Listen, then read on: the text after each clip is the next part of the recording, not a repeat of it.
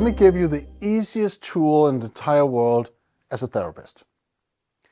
And they went, okay. I said, well, it's the simplest tool that fixes almost every problem. Then fixing a problem is not the solution though.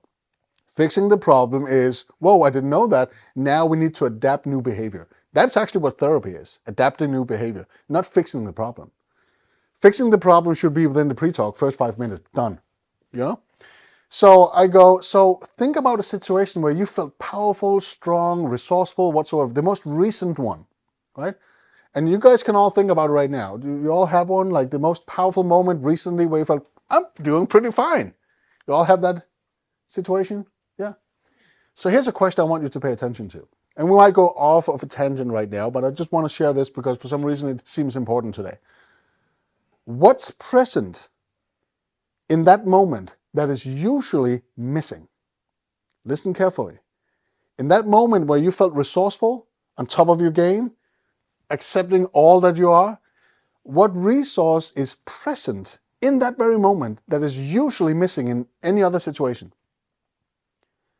That's probably a pretty fine resource. That could be confidence. That could be loving thyself. Could be respecting yourself. Could be a lot of things. You all have the idea what it may be in that situation. What are you feeling more of right there that is usually missing? Make sense? So if you're not in a peak moment situation, that thing is missing, correct? All right. Here comes the next question, because that's what we call in NLP language, HNLP language, a towards. That's always an aim. That's something the brain keeps looking for in any situation, but hardly ever gets. It's only by saying, oh, I'm in it right now. And then, oh, let's protect it, hide it away so we can not feel it too much because somebody might take it away, not realizing I just removed it myself. Right? Nobody can take away an emotion. Oh, people can only induce an emotion if you accept it, but no one can take an emotion away besides you. Okay? Think about that. So here comes the next question. What is usually present but missing in the peak moment? What is usually present but missing in a peak moment? And if you think about it, that's probably a negative. That is what we call an away from. That's everything you don't want to be. But it's usually present. Isn't that interesting? It gets even better now.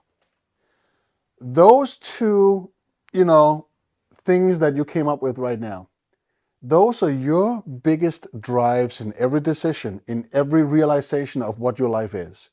Those two components is everything you balance in between. And in your mind, it's a negative and it's a positive, right? And you think, oh, let's figure out what the perfect balance is. Let me tell you one thing. If you ever find the perfect balance in life, you'll stop breathing. I honestly believe that because there needs to be something that's pushing you. So if you have perfect balance, you go right away, right? And you go to the in-between life. But perfect imbalance is when you master your life. When you know there needs to be some kinesthetic movement, there needs to be a little bit of push, a little bit of drag, a little bit of in-between, perfectly balanced so it doesn't swing out too much, but you can navigate within it. That's the rhythm of life, basically, right? That's perfect imbalance. So let's do it even further. Remember the positive thing? What's the highest positive intention of that? Love. Awesome. And we can chunk it up even further. What can you do more of with that? Probably something more. What is the highest positive intention of that? Here comes another word. And you can chunk it up until you get to almost like a divine mode of, I am, but I don't accept that. It needs to be where you're the most present within your own life and you accept everything, okay? So we can chunk it up. Let's say 5 levels. You got a pretty amazing word. Wow, that seems like, whoa. But let's go for the negative. Because since it's there, that is representing behavior. Behavior is a product of emotion. And we can't change behavior, as some people think in therapy. We can't change it unless we change the cause of it. So since you're doing it, the thing that's mostly present but missing in a peak moment, I wonder what the highest positive intention is of that. And you might go, that's weird. And in most cases, your backup would be, well, since your body is showing you the signal, it probably means something amazing to you. It must be a safety of some kind. Because wonder this, because this is the trick question. What if you didn't have that ability? Wouldn't that be more dangerous? So let's say what's, lack of confidence. Let's just spend a couple of minutes talking about that. Why is that important that you actually have a moment where you feel lack of confidence? What is your body telling you? Body's telling you you're not feeling comfortable, right? Something is missing. I'm a little bit offbeat. I'm lacking energy. Could be all of these or one of these, correct? Or maybe even more. What if you didn't pay attention to that and you just performed and you performed miserably, like bad, and you didn't even know? How powerful would you be then? Not very much.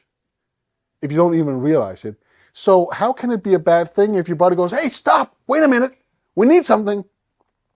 So lack of confidence is now a signal. That's an emotion, that's a frequency in your body. And your brain goes, oh, lack of confidence, I'm not good enough. But what it really should be doing is, oh, I need a break. My body's right now telling me that something is missing. And since I want to be the chunked up part of the other one, maybe this part wants the same thing. What if? So lack of confidence is my body telling me I need something. That's powerful.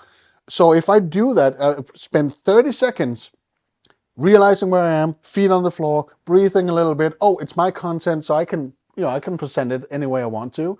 Or if I need a glass of water, instead of just rushing into it, I'm taking my glass of water. So what am I doing now? Changing behavior. What can you do more of when you're doing that? Well, that's a higher positive intention. Why is that important to you? That's a higher positive intention. What can you do more of? What is that higher positive intention in that? And boom, suddenly those two drives has the same intention when you chunk it up high enough. And when you merge that together and bring that in, you don't have problems anymore. You just solved it. That is proven. Because both drives is being represented by higher positive intention, but the way the brain works, it thinks it's two different worlds. And what does it give you though? Chance of decision. What does that mean? Do you get pushed into a situation? Yeah, but you can do this. Wait a minute. Can I bring my A game to this? If the answer is yes, do it. Here comes what if it's a no? Well, can I create my A game while being part of it? If it's a yes, do it. If it's a no, don't do it. That means now you know the importance of a no and a yes. Yes only if you can bring it with you or you can create everything that is you within the situation. And if that's a no, don't do it. Please don't do it, because now you master your life. The same group of people, because it was a business class, circle of leaders we called it, I made them write down a full list of their challenges in their business. All their challenges. Easiest tool ever. So bring everything that you consider being a problem or a challenge in your business and the reason why you're not successful. And everybody had a list of 15, 16, 20 obstacles right there. Went perfect. You're doing so fine. Way better than you think.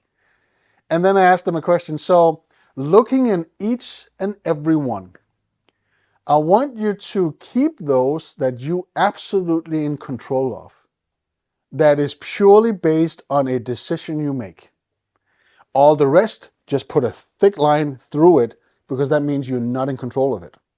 That is circumstances, everything else. And you know what people are left with? 2, maybe 3 things that they're in control of. That means the entire list of 20 obstacles, they only own 3 of those. The rest is something they can't control. It's out of their hands. It's unnecessary focus, because no matter what they do, they can't control it. So imagine spending all your time focusing on stuff you have nothing to do with. That leaves you no energy for stuff you can do something about, right?